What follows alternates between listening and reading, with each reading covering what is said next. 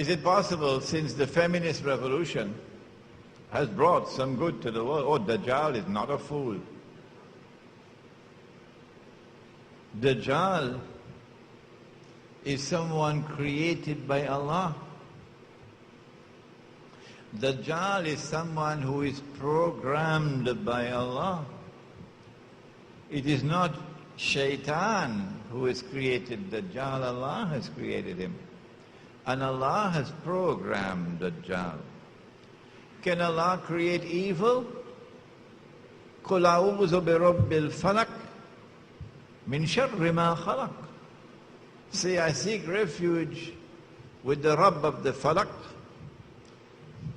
the dawn, from the shar which He has created, the evil which He has created. He never created human beings as evil. لَقَدْ خَلَقْنَا الْإِنسَانَ فِي أَحْسَنِ تَقْوِيمٍ.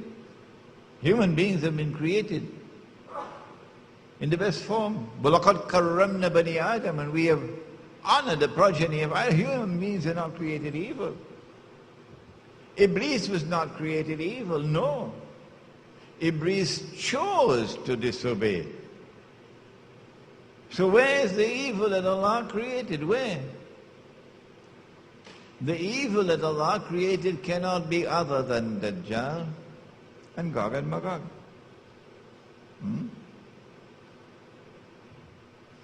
Yes, the feminist revolution does have in it that which we can identify as beneficial, as good. Tomorrow when we look at politics, we'll see that in the modern state, the modern secular state, there are aspects of the modern secular state that are commendable. And it is improper scholarship for you to simply condemn wholesale. Rather, you should discriminate between that which is beneficial and that which is harmful. But the beneficial part, the 90% that is good, is there so that the 10% that is poison can slip in.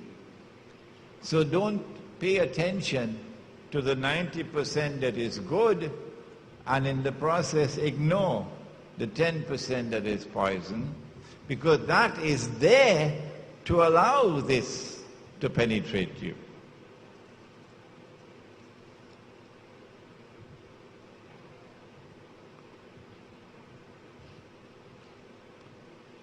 Can Dajjal enter the Muslim village?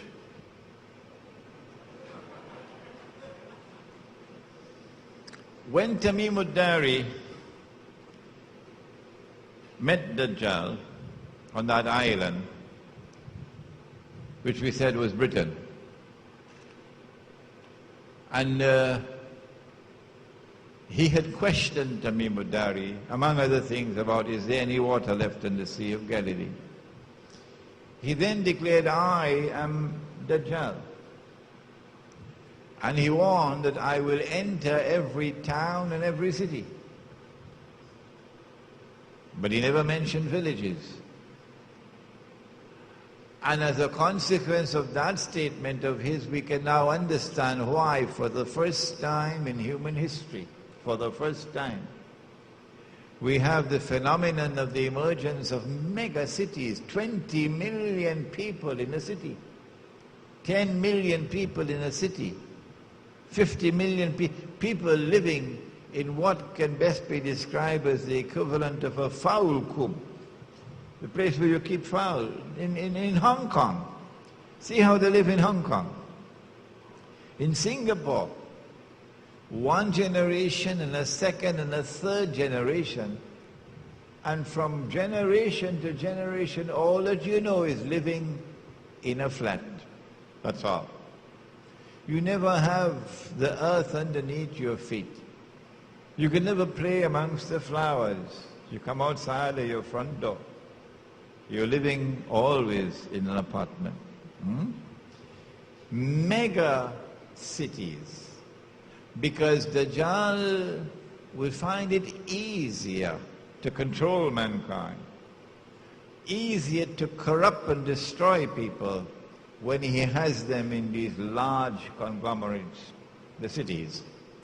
But if you move out of the cities to small villages, Dajjal is going to have a bottle of Tylenol tablets, headache tablets to take. He's going to have monstrous headaches. How can I deal with them when they're fanning out into small, remote villages, where it is now far more difficult for me to attack them without revealing myself and exposing myself. So the Muslim village will be safer. وَإِذِ اعْتَزَلْتُمُوهُمْ وَمَا عَبُدُونَ إِلَّا اللَّهِ فَأْوُوا إِلَى الْكَهْفِ. If you fan out into the remote countryside and you do it for the sake of preserving your faith, يَنْشُرْ لَكُمْ رَبُّكُمْ مِنْ رَحْمَتِهِ. Allah will shower you with His mercy. Two more and we'll be finished.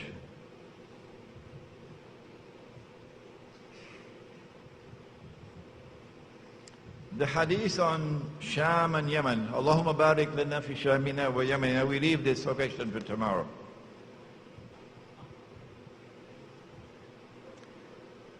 What's going to happen with Iran? There is no more. Announcement. There is an essay in this book, Will Israel Attack Iran? It was written 4 years ago, 2005. Will Israel attack Iran? The analysis is still valid. If the Anglo-American-Israeli alliance can make a deal with Iran over Russia's head,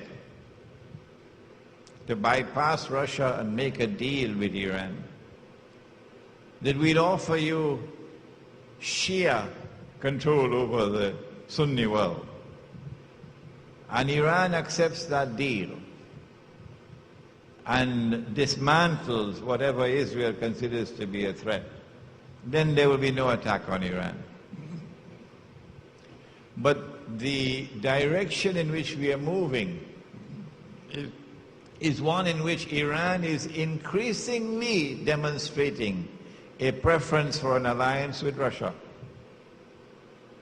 an alliance with Rome, that's what is in the hadith, over a deal with the Western world.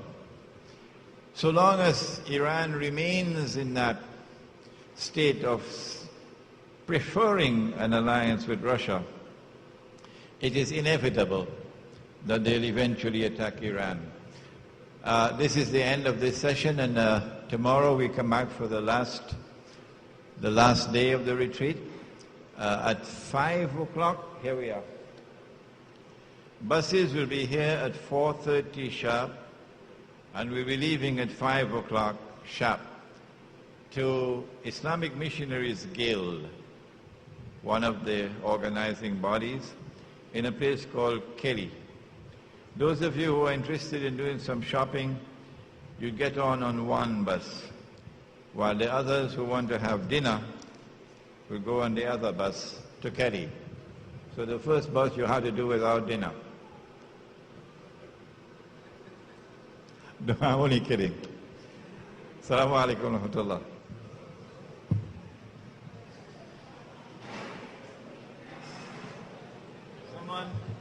Someone left a wristwatch here?